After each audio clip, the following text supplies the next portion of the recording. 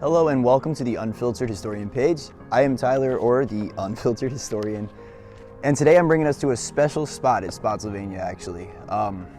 It's a little different. It's not going to be an original work that we're seeing here, but I think that this is a good idea to kind of bring us here and show and visualize what one of these works, or I mean the tremendous amount of works that are built here, sort of would have looked like. Obviously, it's just a tiny glimpse that were built onto some original works that were existing, known as Lee's Final Line or Lee's Last Line. They were dug after the very famous battle of the Muleshoe, or the Bloody Angle, as you may know it, in 1864. So let's bring ourselves to 1864 really quickly, just to kind of orient on what's happening in the war and what the drive is now. Ulysses S. Grant is obviously making his headquarters with the Army of the Potomac. They're camped around Brandy Station, Virginia, in the Culpeper County area. Meanwhile, Lee is atop a very big bastion on what we would call Clark's Mountain, with a full bird's eye view of the Federal Army just across the river, which served as a natural barrier. And this is the Rapidan River, and some troops, for their sake, it'd be the Rappahannock, as they confluence at a place known as Chancellorsville, you may have heard of a year earlier in 1863. Well, in the spring of 1864, the war effort is really going into I'm not going to call it a butchery because I don't consider Grant a butcher, but I do think there is a new way to fight war. And we see that in the wilderness when Grant first launches his campaign in 64. This is in May 5th, 1864. Grant and Lee face off for the first time in the wilderness of Spotsylvania County, Virginia. It's a dense second growth forest that was used for predominantly fuel, as it was fueling a very big, booming iron industry early in the colonial era, even into the early 1800s, 19th century. Well, given that it's a second growth forest and it's about maybe a 10-foot visibility, it's deemed militarily insurpassable, and it's only really made to use as a screen. It's made to use as a screen so that Lee doesn't really have an idea of what Grant's doing. However, Lee is onto his trick. They play into each other on May 5th, 1864, and fight until May 6th, even into the hours of May 7th, as the armies relocate to Spotsylvania Courthouse. They come here because Spotsylvania Courthouse is a very strategic hamlet and crossroads that'll eventually lead you to Richmond. Well, the war is changing. It's evolved. It's not the same war we're seeing in 61, 62, and 63. We are seeing tremendous amount of digging. You obviously see it here. This is because the soldiers kind of know now that the frontal assaults against lines, and they're not really working anymore. So the tactics are going to evolve. Now, however, Spotsylvania is its own different animal. I mean, there were trenches dug at Wilderness. There were some trenches at Fredericksburg, and there were some trenches, hell, even at Chancellorsville and Gettysburg. Even the breastworks are, nowhere near formidable as these, but there were still work. So there's obvious this, I guess it's a habit starting to form with both armies, that digging is going to be very predominant. Another thing to note about the Overland Campaign directly resulting in Spotsylvania Courthouse is constant campaigning. You're going to have to excuse Brock Road. This shows you how close proximity we are to Brock, but you might hear some of the traffic, and I do apologize for that. Maybe the mic is cutting that out. Not too used to that yet. I hope I'm not shouting and making it too loud, and if I am, we'll work on that later. Anyways, as we stand here at Spotsylvania, specifically the last line again, I wanted to bring us here to start.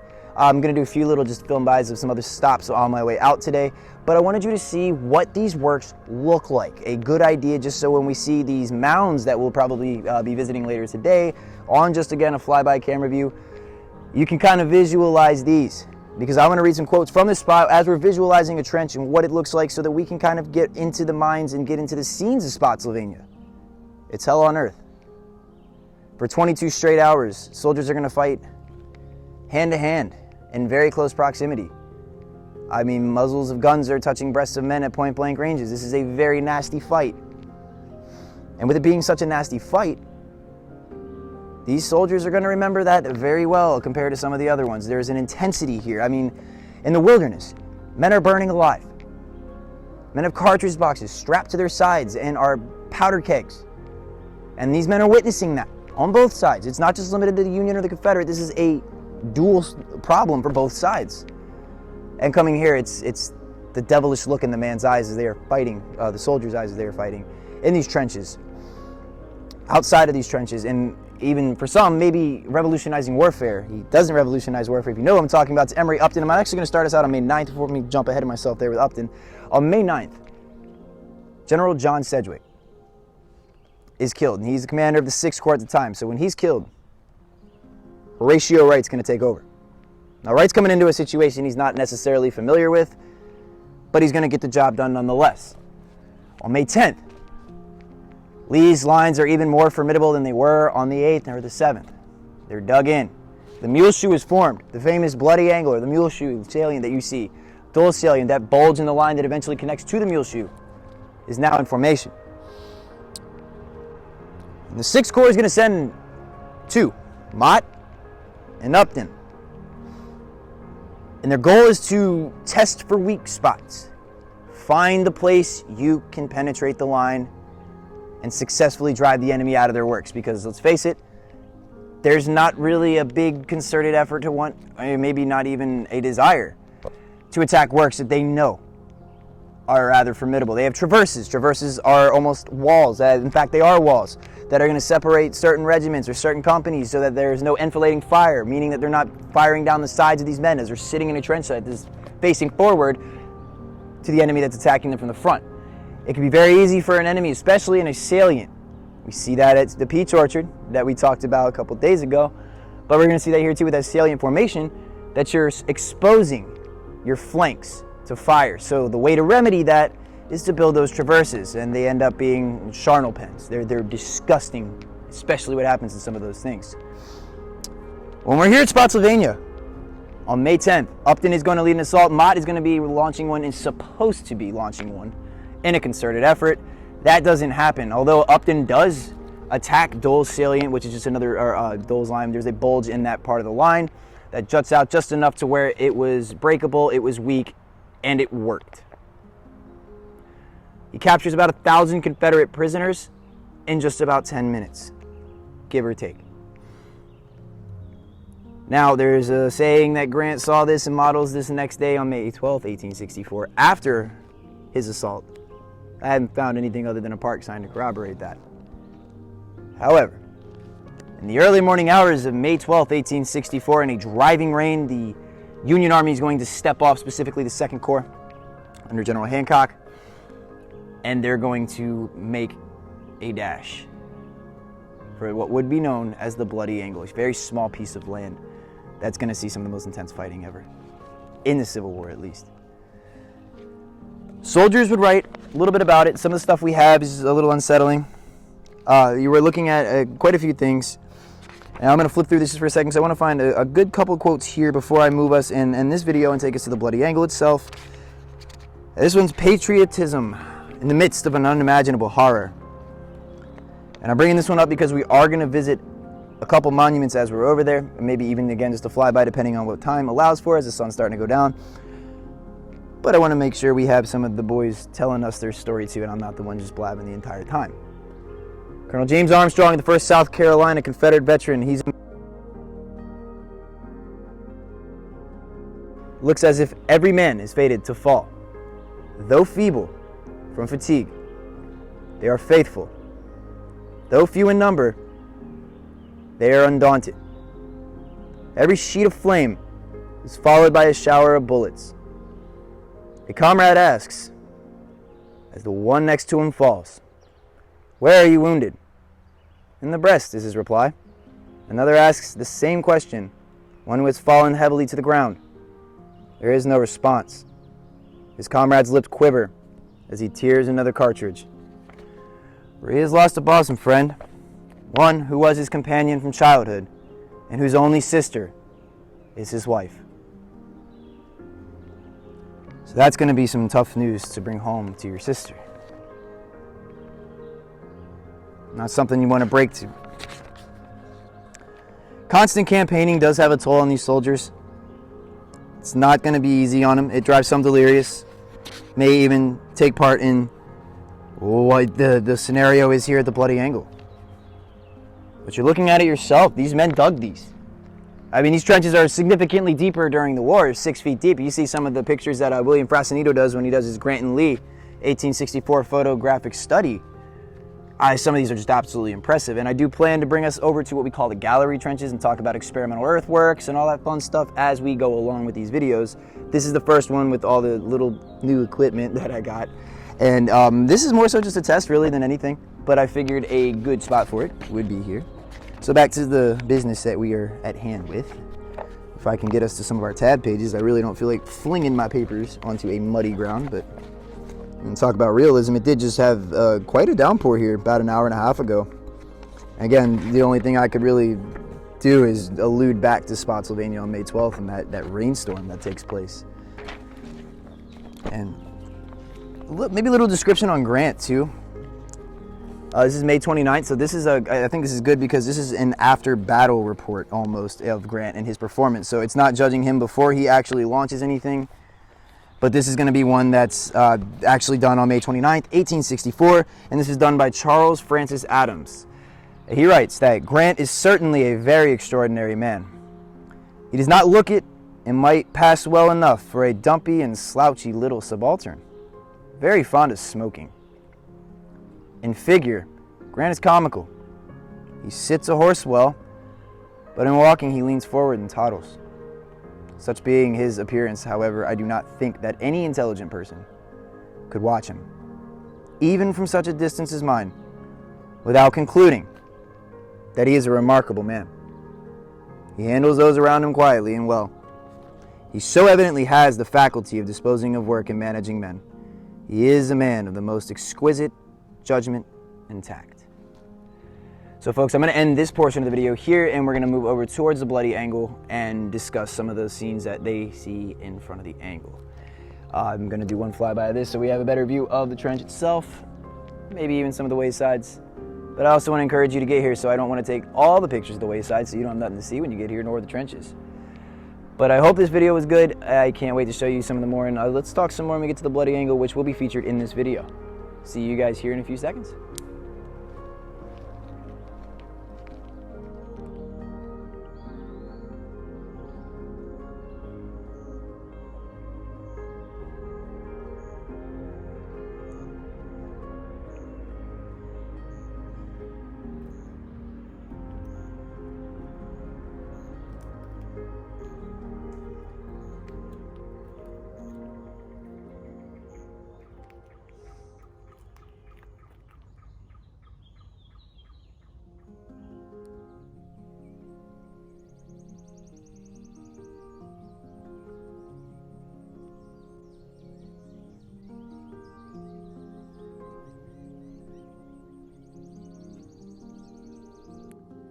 So I'm back actually.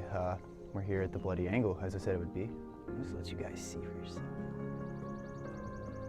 It's all still here. And you can sort of really get an idea for why they call it an angle, as it juts out just like Dole Salient does that way. So I'm gonna spin one more time, make everybody dizzy. If you can see that field way, way out, that is Dole's Salient.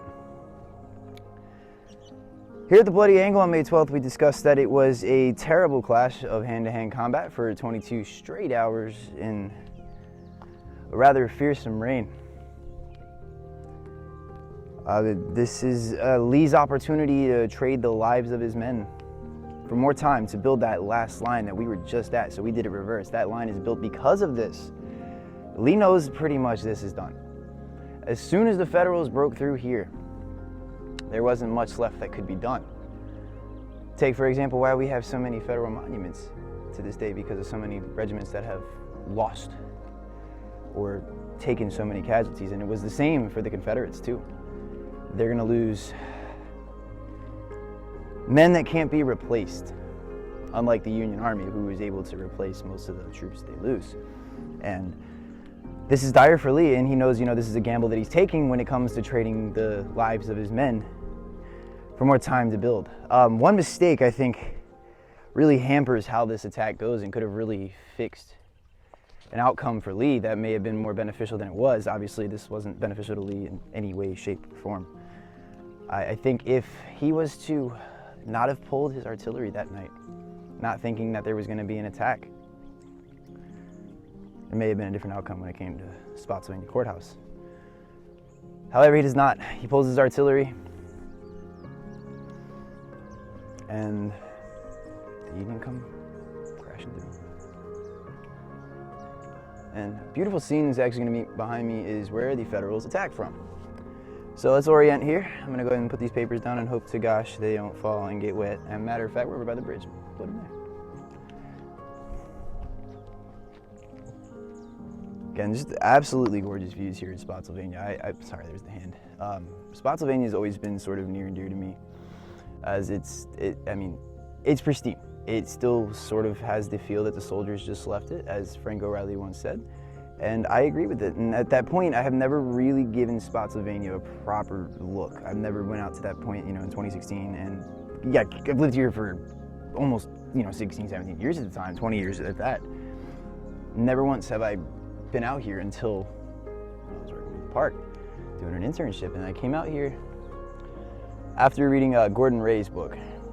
And it blew me away. Absolutely blew me away. So, again, way out here. See if I can get us there. That direction. Ooh, boom. It's gonna be the Landrum House. And along this thing behind me, there's a almost like a ridge you can kind of see off in the distance there, and give it a little bit above me so you guys can just have an idea of what they're crossing. Now, mind you, the Federals, they're charging real early. It's 4 in the morning. Again, and it's raining real heavy. So these troops that are attacking have an advantage here. The Confederates have wet powder. That wet powder causes those guns to sizzle and pop, rather than the intermittent bang that's going to be normally belching forth from that gun. And that's not able to stop, obviously, the assault that's about to happen. So I'm going to stop there and pick up in a few minutes as we go farther down, but I want to show you some scenes along this place first. So I'm going to flip the camera over, and we'll see you in a second.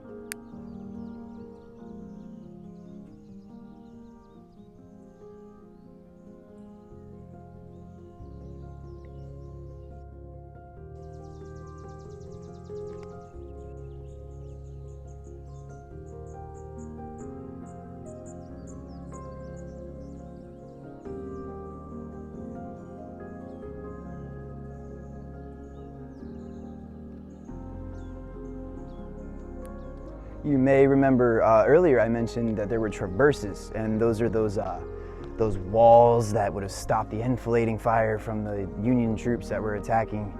And we still have some remnants of those today. In 1864, obviously some were made out of the wood that we saw back at the last line, so those are kind of not with us today. But we do have remnants of some of the work that was done on the earth to really build up that spot. And I'm going to turn this just around here so you guys can see them. Incredible. Now we're actually heading in the direction of what's known as the apex. The apex sits the dead center of what is known as the mule shoe. And the mule shoe is it's given its name for a reason. It's not just a random name. It's not a geographical feature. Oh, I guess you could call it that.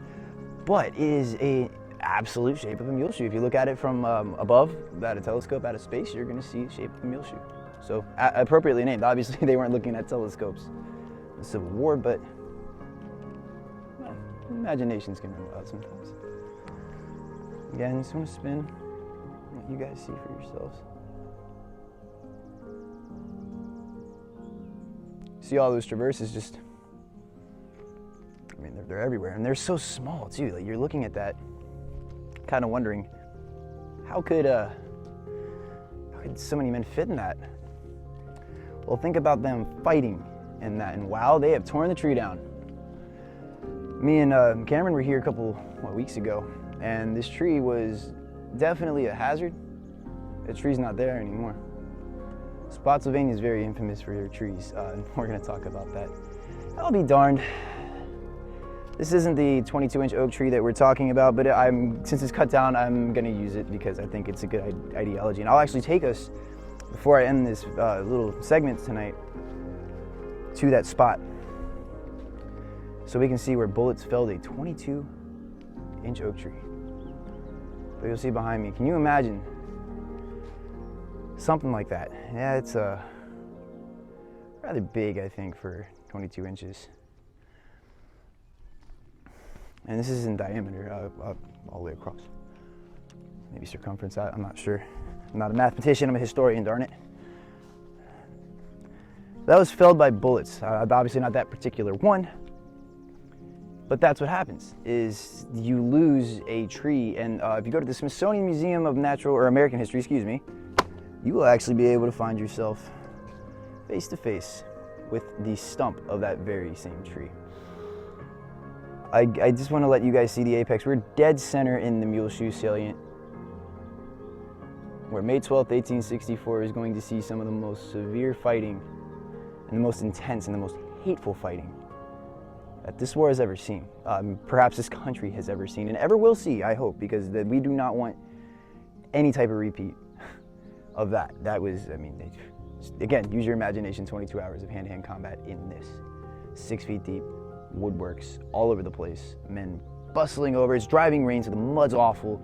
The mud's mixed with human gore, and these men are getting covered in it and fighting in it and living in it, and it's a charnel house.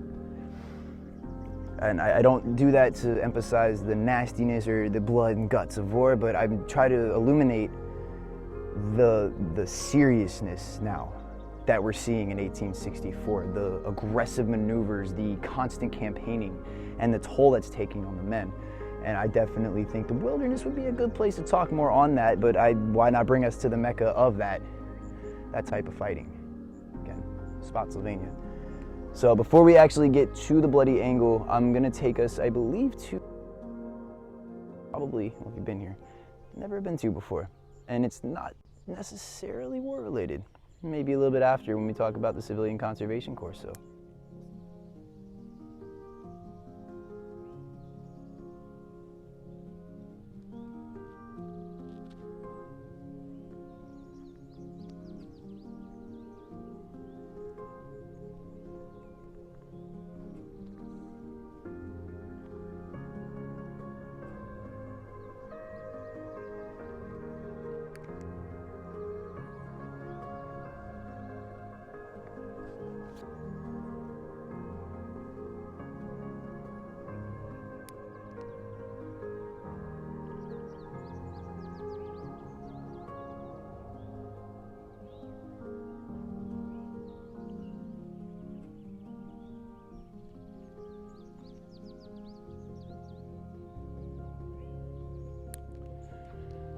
I just wanted to give you guys one more glance at some of those traverses that we mentioned on our walk over to the apex. And you can still see some of the earthen traverses that are left, and even just still some of the fortifications that have been left over from the war. Obviously bolstered a lot by the CCC, some not. It's hard to tell just by the naked eye which ones are which. These are pristine though, absolutely pristine. It always makes for a pretty decent sunset too after a rainstorm here, so I figured a few seconds of seeing this stuff wouldn't hurt, because not many people get a chance to, you know? I feel like everybody should have a chance to, especially with one that has a lesson, one very important, such as this battle. So many men did not make it home and created that empty chair analogy. I always say this is the home fort, even though every battle was a home fort. Every battle had empty chairs after the engagement. I think it's when so many.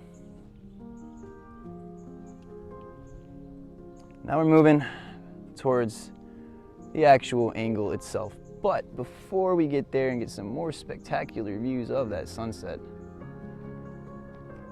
we have something cool to see. So I'll be back again. I am not going to encourage you to walk back in these woods due to many reasons, actually.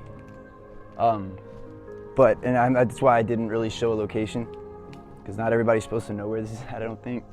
Or maybe they are, I don't know. I'm not really sure. But for that reason of me not being so sure, well, yeah. You know, we're gonna have this just this view that we're coming up to, I think, is incredible, because we started our video today at a place where there were reconstructed earthworks. And those were done fairly recently. That was done by the National Park Service. Well, these here were done by the Civilian Conservation Corps. in the 1930s. Now these are, to me, really incredible because it's almost like these were actual works from the war. Now they are torn to pieces now. From when I first saw them, they were still in a relatively good shape. I wouldn't say they're good, perfect, or superlative or anything of that nature. But definitely more so than they are today. I just wanted you guys to get a glance at that. In the Spotsylvania woods, we still have some remnants of different eras that want to go out of their way to protect this place. I'm very glad we had folks like that. That's incredible, guys. Wow. Still, it just surprises me every time I see it. Oh, lightning bugs too. That's adds for the ambience. So another good reason not to walk back where I do, unless you're with us on a tour. I like to walk through the tall grass because I will do a thorough check for ticks, but not everybody feels the same about them. I don't, as long as I don't got Lyme's disease, I don't care. But it's not an encouraging thing to say. So make sure if you guys do anything like this, if you're off trekking, always please be aware of your surroundings. This is a national park. And with that being a national park, you don't want to run into anything just as much as they don't want to run into you. So always be mindful where you're walking. Make sure, you know, critters are with you. So now, this is the bloody angle, folks. 22 hours. I think there's something beautiful right there. There's a fog. Out in that field. And over there. There we go. I'll tell you what, Spotsylvania does offer. Not as good as Gettysburg, of course. I haven't seen some fog at Gettysburg on the ground like I have Spotsylvania. So I think with that said, this might take the cake. Well, again, I just want to give you guys another view of this beautiful battlefield. All preserved by the National Park Service and some of the farmers themselves. There's this thing called the Antietam Plan, didn't work. We'll go into that another time. That'd actually be a fun topic to talk about. I mentioned earlier there was a 22-inch oak tree that was felled by bullet fire. And we're gonna go see where that was at.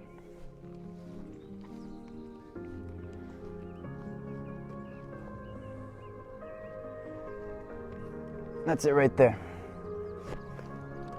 So, the amount of bullets that were being lobbed here are almost insurmountable to think about. And I mean, especially so if you're cutting down a 22-inch oak tree, that's a sizable tree. It's not just a little feat of work. So there's thousands of bullets coming across here.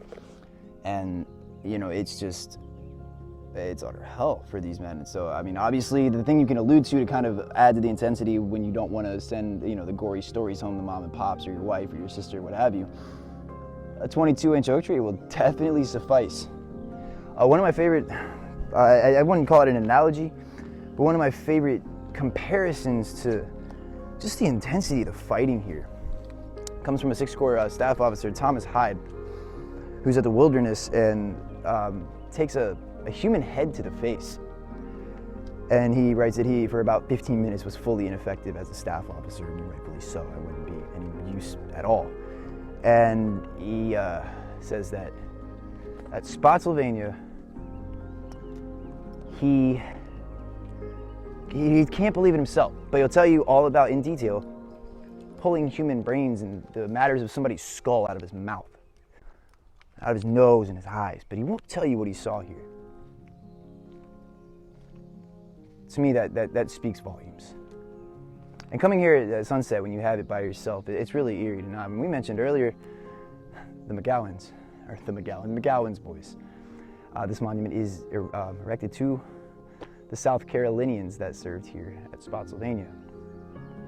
And one thing, and I'm not sure the authenticity on this, so I don't really want to claim it, but I mean, it's been seen before, but they say, and if you can see down there, there's all, let me get a better view, there we go.